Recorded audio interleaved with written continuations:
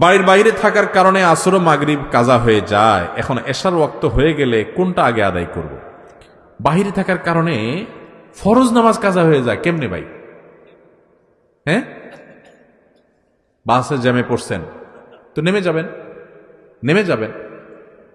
আমি একবার ছাত্র জীবনে মাদ্রাসায় পড়ি, তখন বাসে যাচ্ছি, দূরপাল্লার বাসে, ফজর নামাজের টাইম চলে যাচ্ছে। ড্রাইভার সাহেব যে বললাম, ভাই গাড়িটা একটু থামাবেন, আমি নামাজটা পড়বো। কয়েক গাড়িতে নামাজ পড়ে নেন, গাড়িতে নামাজ হয়। আমি কই ভাই উজু করা লাগবে না? নাইট কোর্স, রাতভর গাড়িতে ছিলাম, সকালে ফজর পড়বো, উজু করবো না? ঘুমাইছি গাড়িতে। বলে যে জানলা দিয়ে পানি দিয়ে উজু করে ফেলান বা তায়াম্মুম করেন, জায়েজ আছে। চিন্তা করলাম কত বড় মুফতি, সুবহানাল্লাহ। এমন কোন মাসালা নাই যেটার উত্তর তার কাছে নাই। হ্যাঁ, উজু লাগবে না তায়াম্মুম লাগবে সেটা বলে দিচ্ছে। নামাজ দাঁড়ায় না, বৈশা সিটে বৈশা কেবলা কোনটা লাগবে না লাগবে সাথে সাথে উত্তর। বাপরে বাপ, এ তো অনেক বড় মুফতি। চিন্তা করলাম, আল্লাহ এই মুফতির হাত থেকে তুমি আমার রক্ষা করো মাবুদ।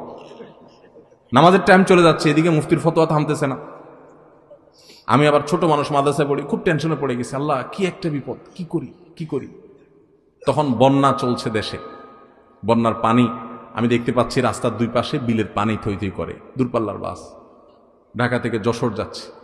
তো আমি দুই পাশে যখন পানি দেখলাম, বললাম ভাই একটু থামাইলে, ভাই পাশেই পানি আছে ভাই, আমার 2 মিনিট লাগবে পানি দিয়ে উজু করতে, আর আমি ফরজ 2 রাকাত পড়বো, শুধু দৌড় দিব ভাই।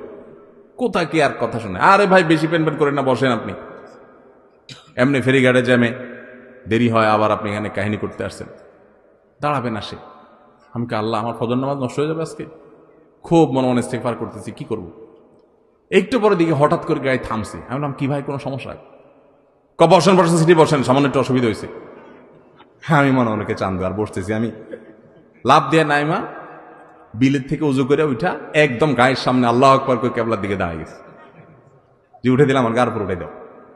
আলহামদুলিল্লাহ, আমি নামাজ কালাম পরে সুন্দর করে সিটে যা বসছি, দেখি তার গাড়ি এখনো ঠিক হয়নি। বললাম মুফতি সাহেব গাড়ি ঠিক হয়েছে? না হুজুর, এই তো আর একটু বাকি।